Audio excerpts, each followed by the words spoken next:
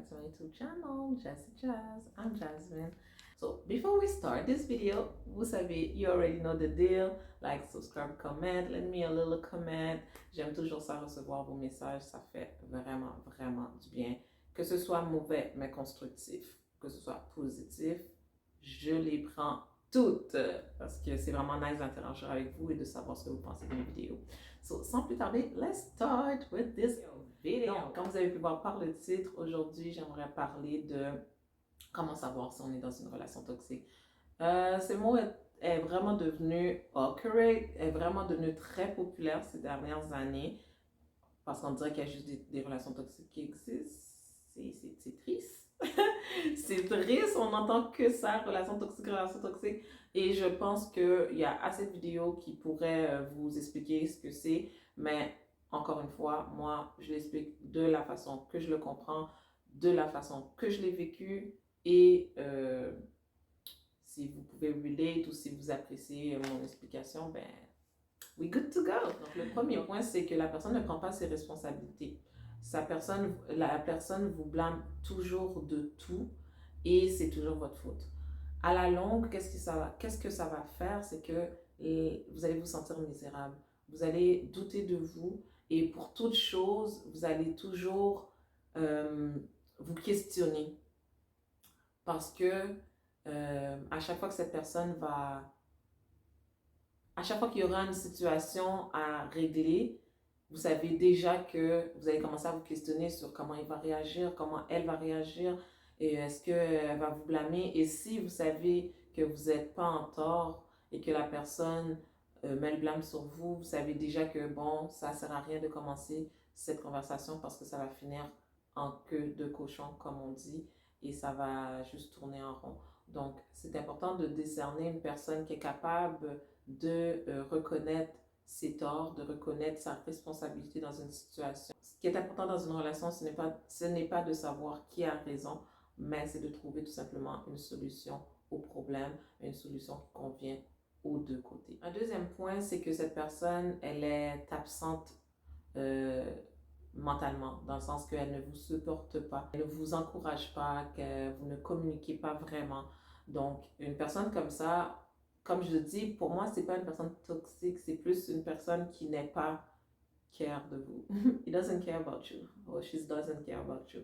Donc, si une personne ne veut pas communiquer, ne veut pas vous supporter, ne vous encourage pas, c'est vraiment parce qu'elle n'a aucun intérêt. Puis, pour ma part, une personne qui n'a pas d'intérêt pour vos activités ou pour vous ou pour tout simplement communiquer de ce qui se passe dans vos vies, ce n'est pas une personne avec qui vous devez être. Aussi simple que ça. Un autre point qui est vraiment très récurrent, c'est l'isolation subtile qui arrive à une isolation très flagrante avec le temps. C'est que la personne vous empêche de faire des activités autres qu'avec elle. Donc, que ce soit avec la famille ou des amis, la personne essaie de vous isoler petit à petit. Ça commence avec les amis et après ça peut finir avec la famille.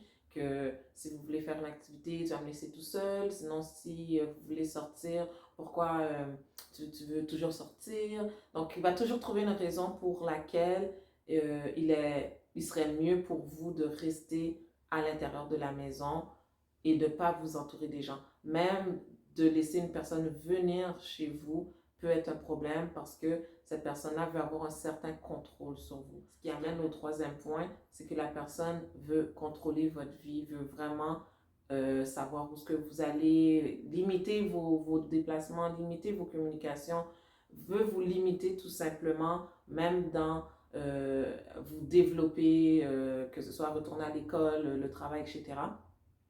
La personne veut vraiment avoir un contrôle sur votre vie. C'est vraiment subtil comme ça, mais une personne qui contrôle vos faits et gestes, vos dires, c'est très important de dissimuler ça et de ne pas laisser cette personne avoir autant de contrôle sur vous. L'autre point, c'est les compromis.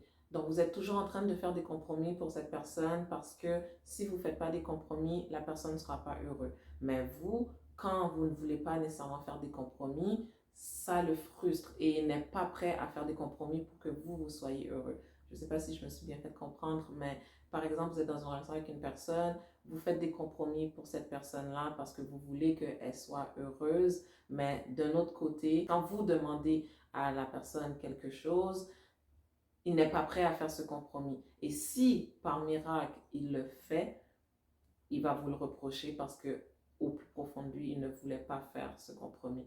Donc, c'est vraiment une personne encore qui revient un petit peu dans le contrôle, mais qui manipule les émotions et qu'à la longue, vous vous sentez misérable dans cette relation parce que se sent déconnecté de la réalité de notre propre personne. L'autre point, ça revient un petit peu à le point que je viens de dire, c'est que la personne n'oublie jamais ce que vous avez fait de mal.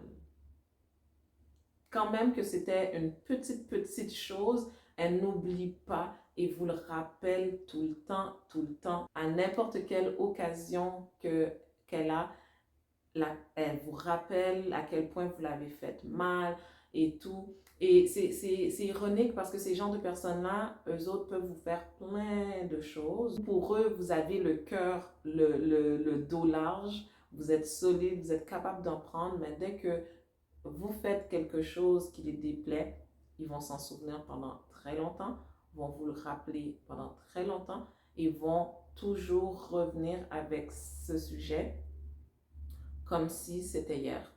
Donc, c'est très important de dissimuler une personne qui, ça revient un peu au pardon dans le fond, qui n'est pas capable de pardonner, qui est toujours là à ramener. Et tous ces points-là amènent tout simplement au fait que tous ces résultats vous rendent misérable, vous limitent dans votre vie, vous limitent dans votre personne, dans votre personnalité, dans qui vous êtes, et ça amène de la confusion, ça amène de la tristesse, ça amène de l'isolement, de la solitude.